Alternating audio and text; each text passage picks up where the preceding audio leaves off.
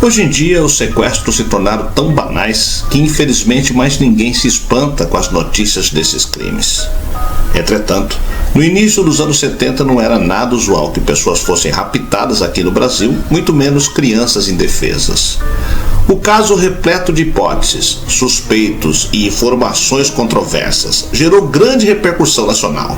Carlinhos, uma criança de 10 anos, era um dos 7 filhos da dona de casa Maria da Conceição Ramires da Costa e do industrial João Melo da Costa, proprietário da indústria farmacêutica Unilabor, em Duque de Caxias. No próximo dia 2 de agosto vão completar 50 anos que o menino Carlinhos foi sequestrado por volta das 20h35 da noite chuvosa da quinta-feira, dia 2 de agosto de 1973, na residência número 1606 na Rua Alice, na zona sul do Rio de Janeiro. Essa história não só envolveu uma criança, como jamais foi solucionado. E é por isso que ele ainda é considerado um dos casos de sequestro mais misteriosos do país. Eu sou o Sidney Góes e você está no Placebo. Vem comigo, que no caminho eu te explico.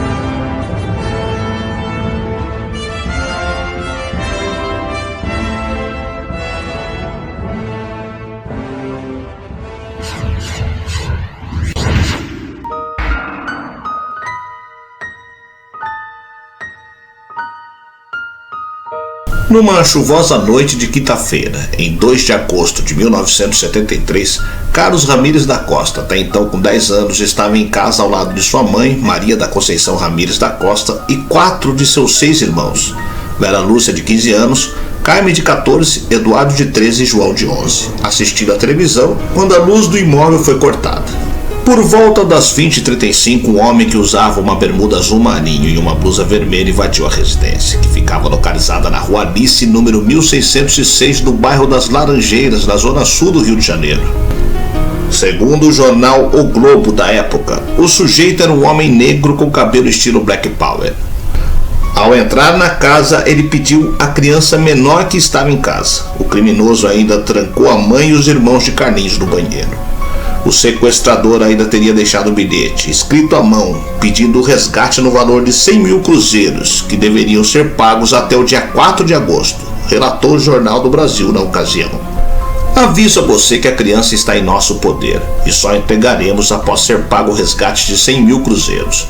Esta importância deverá ser em pequeno volume e metido dentro de uma bolsa e deverá ser depositado em cima de uma caixa de cimento que fica situada na Rua Alice, cruzando com a Rua Dr. Júlio Ottoni, junto a 2 placas, no dia 4 de agosto de 1973 às 2 horas. Digo 2 horas do dia 4 e lembre-se, de qualquer reação, a vítima será liquidada. Observação: depois de ser feito esse depósito, deverão seguir em direção ao Rio Comprido e esta carta deverá ser devolvida no ato. Pouco depois, o pai de Carlinhos, o industrial João Melo da Costa, que fazia uma entrega em Copacabana, chegou ao local acompanhado de seus 2 outros filhos, Roberto, de 8 anos, e Luciana, de 3. Junto de um funcionário identificado como Abel Alves da Silva.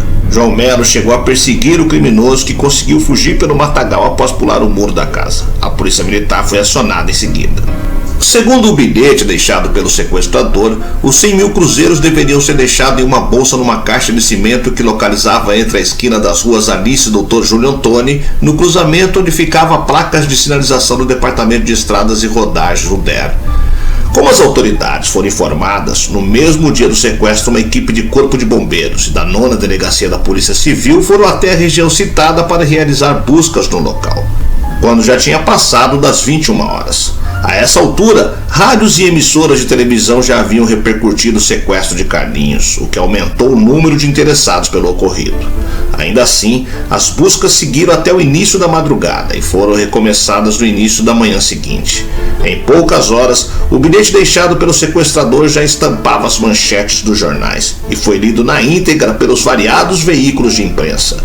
A atenção aumentava conforme as pistas não surgiam. No dia da entrega de Carlinhos, policiais se disfarçaram de pipoqueiros e vendedores de sorvete para vigiar o perímetro. Alguns repórteres também acompanharam a ação, que ainda teve apoio de agentes do DOPS. Conforme indicado pelo bilhete, João Melo levou a bolsa com dinheiro e a deixou no local determinado. Mas o malote continha apenas algumas cédulas de cruzeiro, o restante eram papéis picados. Apesar de toda a trama, ninguém apareceu para fisgar a isca. Uma das linhas de investigações se virou contra os diretores da clínica médica, Dr. Filizola, que ficava ao lado da casa da família de Carlinhos. O motivo se deu, pois dias antes do sequestro, o Dr. Mário Filizola ofereceu 60 mil cruzeiros para comprar o imóvel. O marceneiro da clínica, Kleber Ramos, chegou a ser preso após ser reconhecido pela irmã mais velha de Carlinhos. Segundo o Jornal do Brasil, foi ela quem recebeu o bilhete das mãos do sequestrador. Porém, ele provou seu álibi para a polícia. Havia saído da clínica por volta das 20 horas acompanhado de 3 mulheres. Acabou solto depois de 72 horas. Posteriormente, o perito Carlos Éboli estudou o bilhete deixado pelo sequestrador. Ele constatou que a mensagem foi escrita 3 dias antes do sequestro e os erros gramaticais foram feitos de propósito para confundir os pais de Carlinhos. Entretanto, logo Maria da Conceição, mãe do jovem, passou a ser a suspeita pelo crime devido ao seu estranho comportamento. Frequentadora de um centro espírita todas as quintas-feiras, ela havia decidido ficar em casa no fatídico dia. Além disso, quando as autoridades chegaram ao local após o sequestro, ela assistia a TV calmamente. Um dia após o ocorrido, a mãe de Carlinhos prestou depoimento na delegacia local. Outro detalhe interessante, ela havia colocado a sua melhor peruca e usava uma maquiagem exagerada.